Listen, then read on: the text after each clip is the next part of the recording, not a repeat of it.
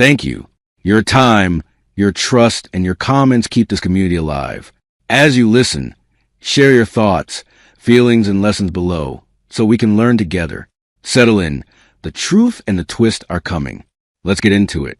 I came across this story and I had to talk about it because the part that stayed with me was not the affair rumor, not even the public embarrassment. It was a pattern before any of that came out. When a spouse only reaches for you when an audience is watching, that is not intimacy. That is image management. And that is a red flag people ignore because it looks small at the moment. Pay attention to who rejects you in private but performs closeness in public. That gap tells you more than any apology ever will. My name is Andre Bennett. And the year my marriage started dying, Chicago had one of those long gray springs that never seemed to warm up. Cold rain tapped the windows for weeks, and the gutters on our block in South Shore kept clogging with soggy maple seeds. My wife, Nia, and I had been married 9 years by then. No children, just a narrow brick bungalow, a rescued beagle named Otis who hated delivery trucks, and a life built from routines so familiar I used to think they meant safety. I know now that routine can also hide decay. It can cover silence the way fresh snow hides broken glass. I taught history at a public high school on the South Side. Juniors mostly. Reconstruction, labor movements, civil rights, city machines, redlining. Kids who could smell dishonesty before you finished a sentence. Nia worked for a nonprofit arts foundation in the Loop, the kind of place that hosted donor luncheons and used words like community while chasing wealthy board members in tailored suits. She was smart, polished, and exact in ways I admired when we were younger. She color-coded calendars, ironed pillowcases, and could tell by smell when salmon had been in the oven 30 seconds too long. I was a loser. She called it my softness. I thought she loved it. If this opening already feels a little too real, take a second right now to like the video, subscribe, and share it with somebody who has seen this kind of distance happen in a relationship. And tell me in the comments, was that recoil the first real sign the marriage was already over? The first sign something was off was not dramatic. It never is. It was a Wednesday in late March, and I came home carrying 2 grocery bags and a bouquet from the corner market. Cheap carnations dyed a color not found in nature. Nia was at the kitchen island in a cream blouse, typing on her laptop. I leaned in to kiss her cheek, and she recoiled before she could stop herself. Not a laugh, not a distracted turn, not even annoyance. A recoil. Her shoulders rose. Her face tightened. Then she smoothed it over so quickly a stranger might have missed it. I did not. My body felt the rejection before my mind named it. She said, "I'm in the middle of something." Like that explained everything. I put the groceries down, arranged the flowers in the blue pitcher her mother had given us, and pretended not to notice my own hand shaking. That night, we ate blackened catfish and boxed rice at opposite ends of the table, while the 10 o'clock news muttered in the living room. Nia kept checking her phone face down beside her plate. Every few minutes the screen glowed against the wood. She never used to be rude like that during dinner. By the third buzz, I started counting in my head, not out of jealousy yet, but because numbers felt steadier than emotion. For a while I tried to explain things in ways that protected her. She is stressed. Grant season is coming. Her director is incompetent. Maybe I have been tired too. Maybe I have become predictable.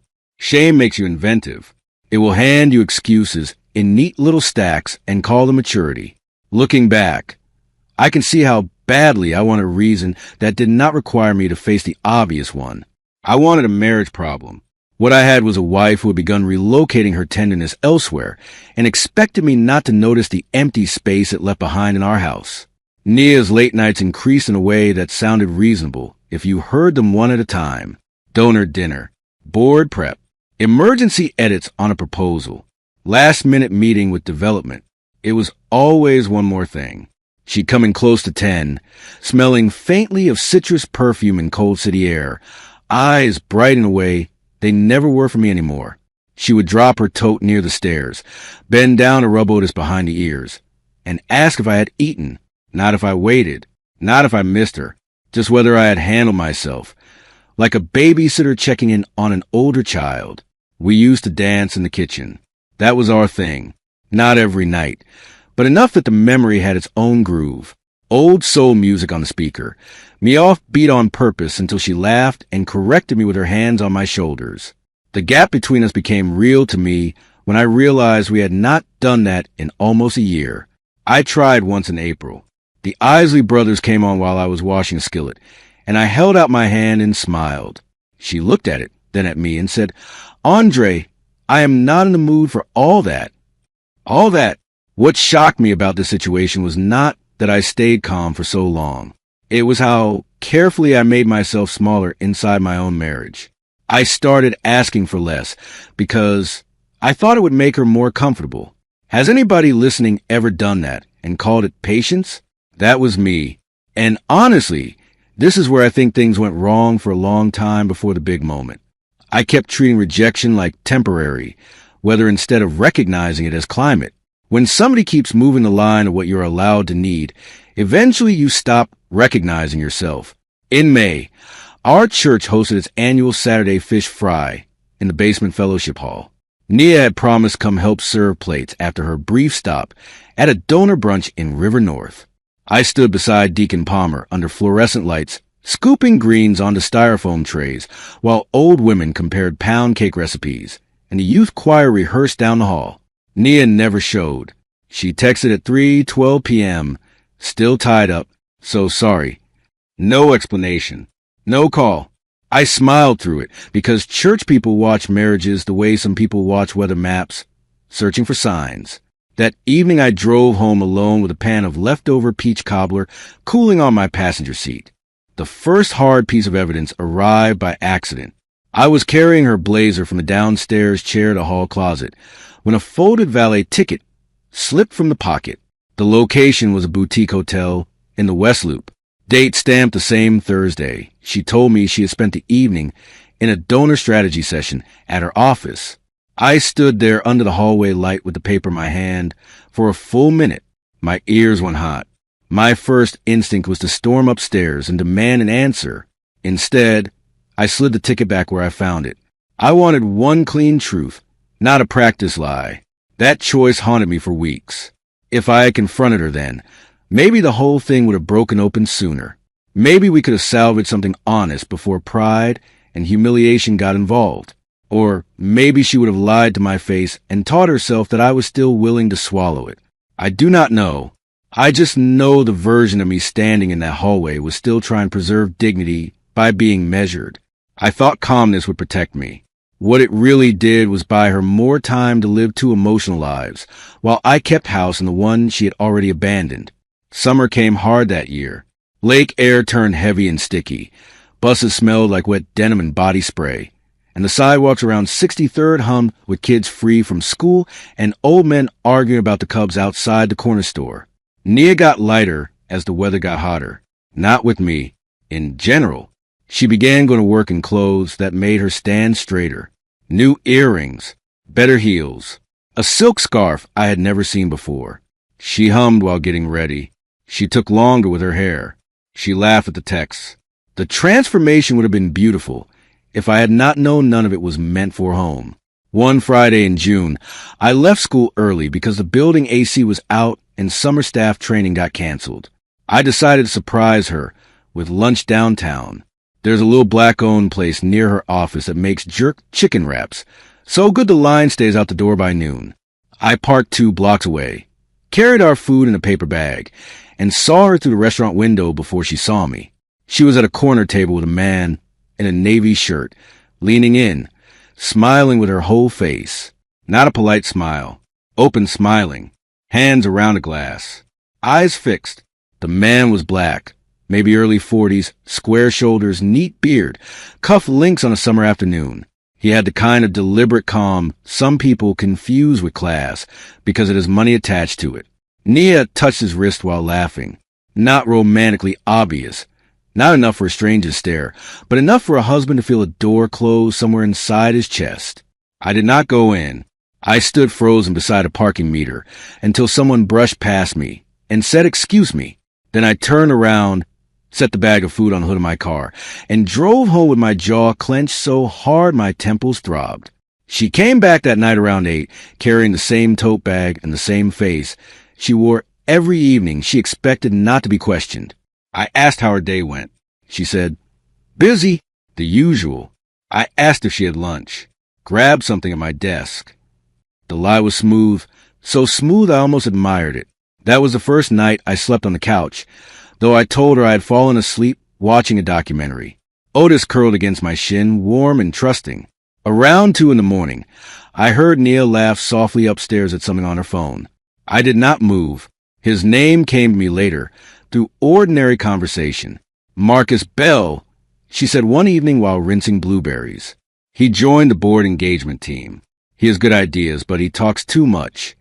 She said it lightly, too lightly, and never looked up from the sink. Marcus. There it was.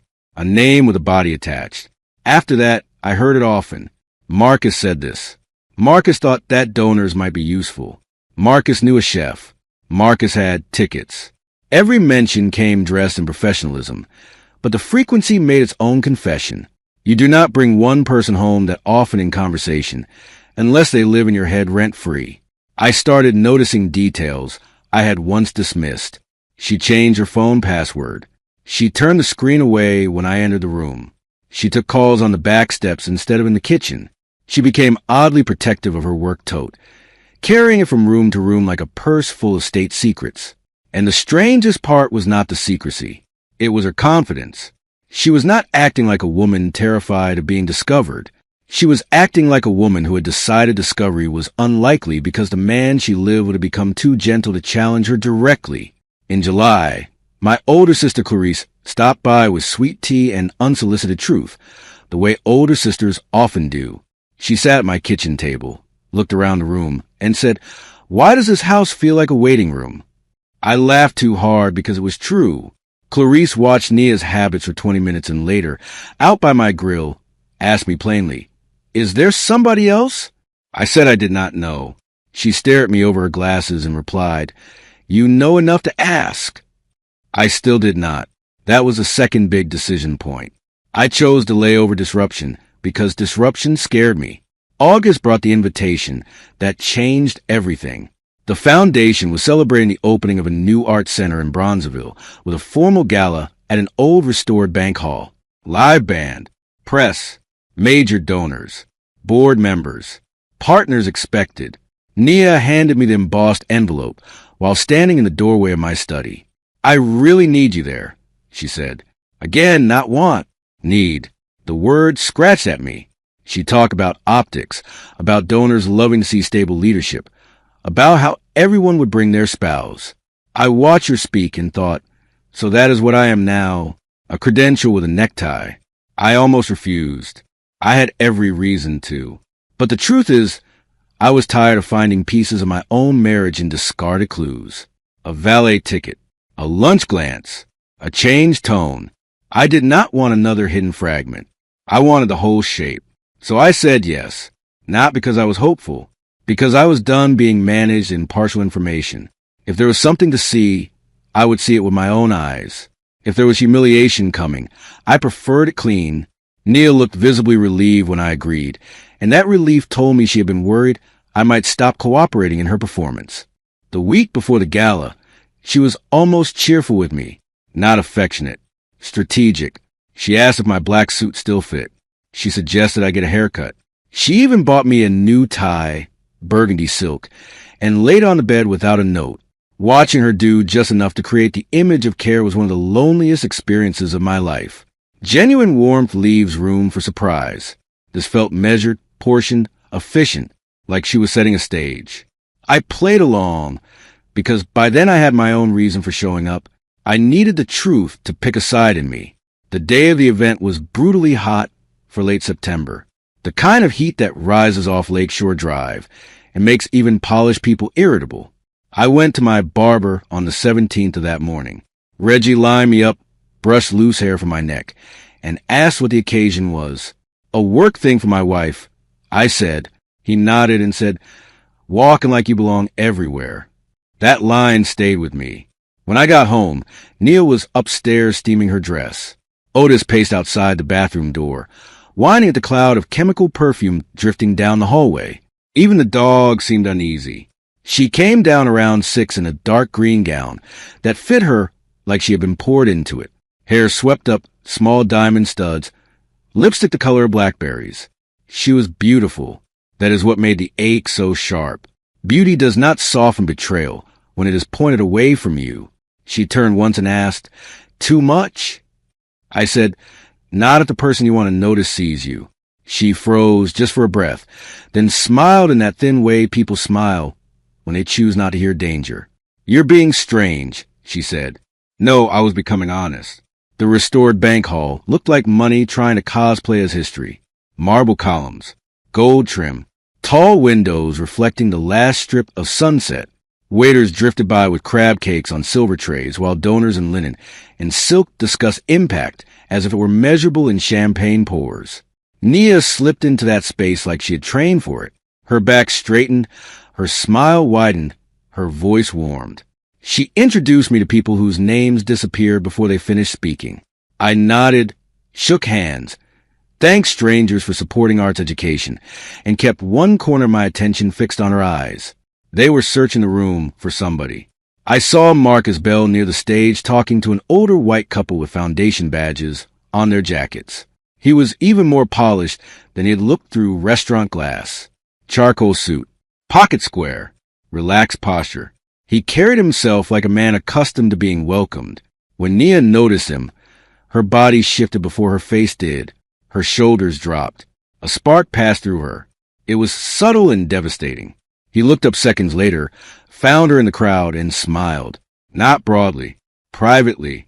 The kind of smile that says there is already a conversation happening between us that nobody else can hear. For the next hour, I watched my wife divide herself with an expertise that told me this was not new. She kept me close enough for appearances, but her energy kept reaching across the room toward Marcus. She laughed at jokes I barely heard because she was listening to his voice. She found excuses to angle our bodies in his direction.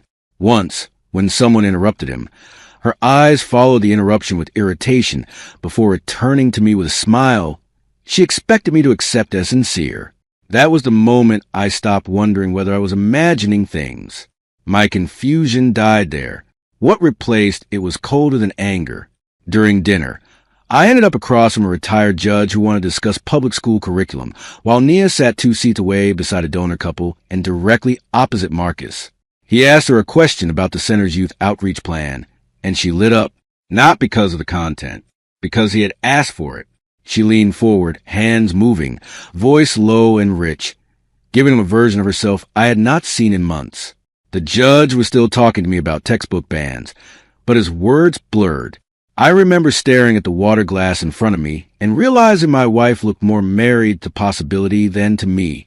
Honestly, at this point I would not have handled it the same way if I had been thinking only with hurt. Hurt wants eruption. It wants the clean satisfaction of exposure. But sitting there in that old bank hall, I understood something that changed my plan. Public embarrassment was not the point. Clarity was. I did not need to win a scene. I needed to stop helping her maintain a fiction. There is a difference. What would you have done in that seat? Watching your spouse come alive for somebody else while your plate cooled in front of you? That question sat with me all night. Before this gets even messier, I want to hear from you. What would you have done in Andre's place at this point? Would you have confronted her earlier or waited for the truth to show itself? Drop your answer in the comments.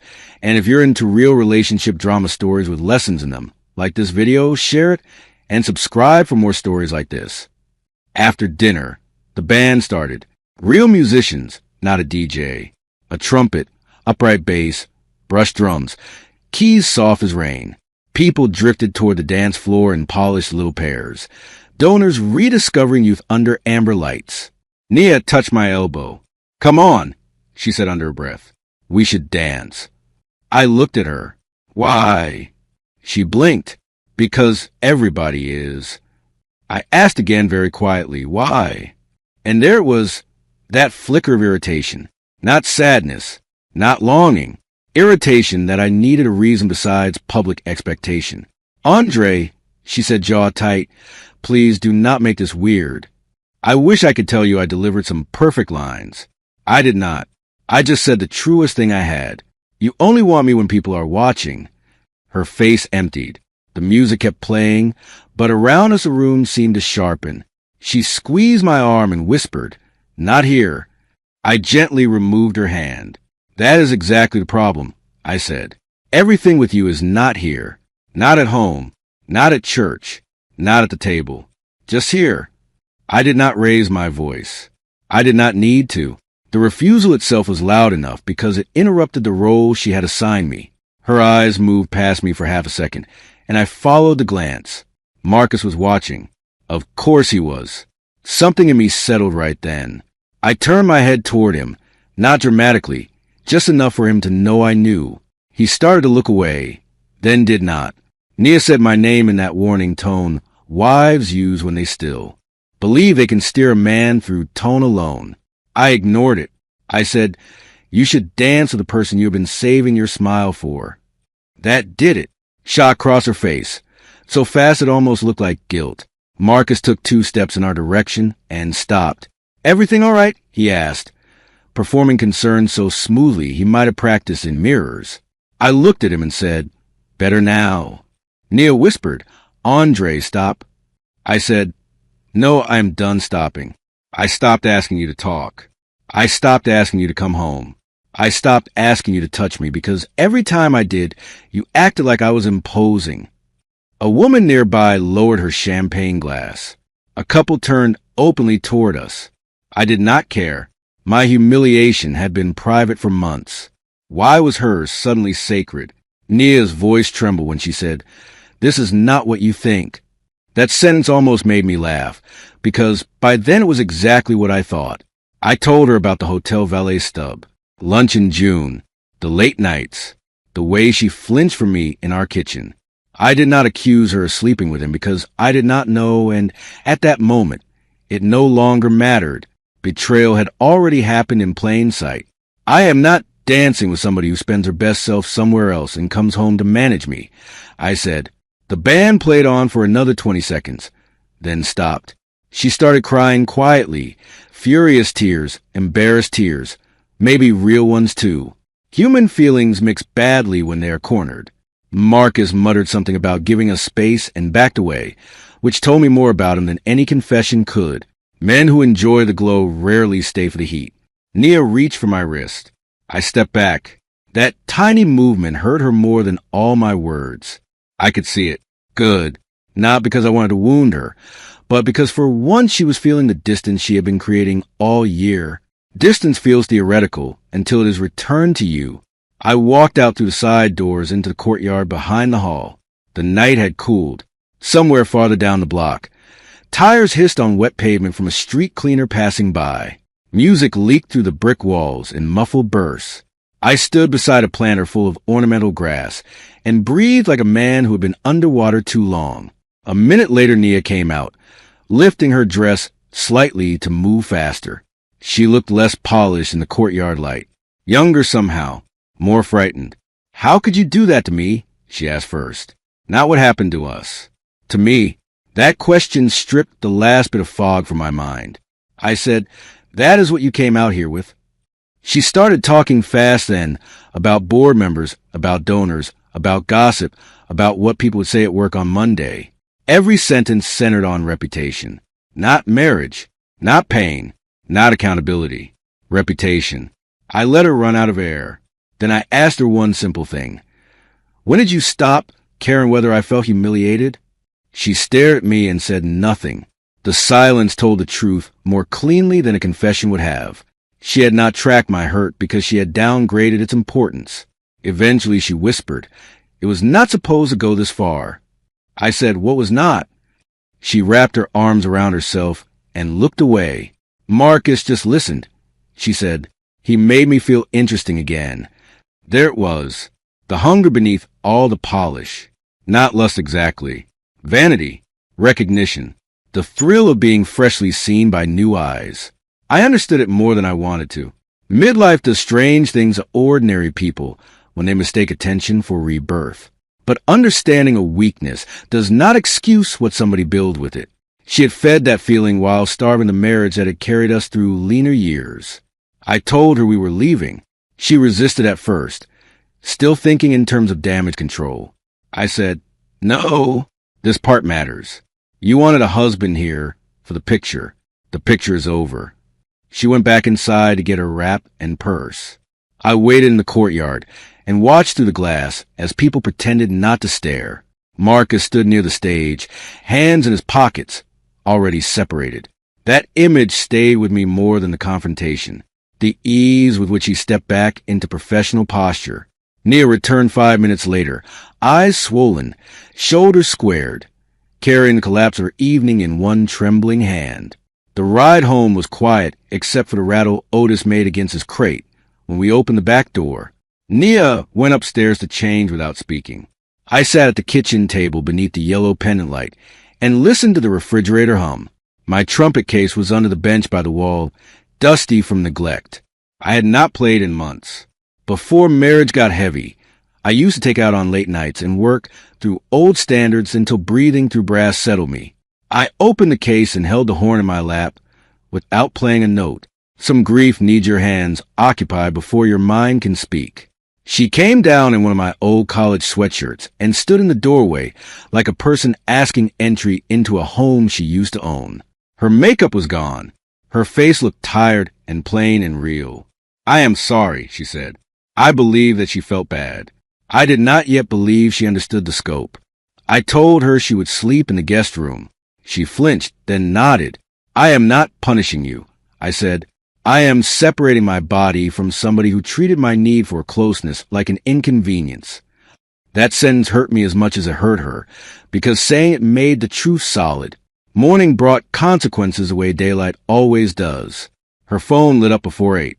Messages from co-workers. A voicemail from her executive director. 2 from a board chair.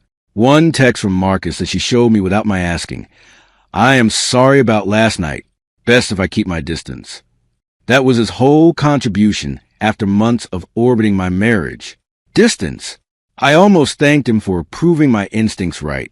By noon, Nia learned he had requested reassignment of her projects and would be traveling for a while. Cowardice often wears professional language.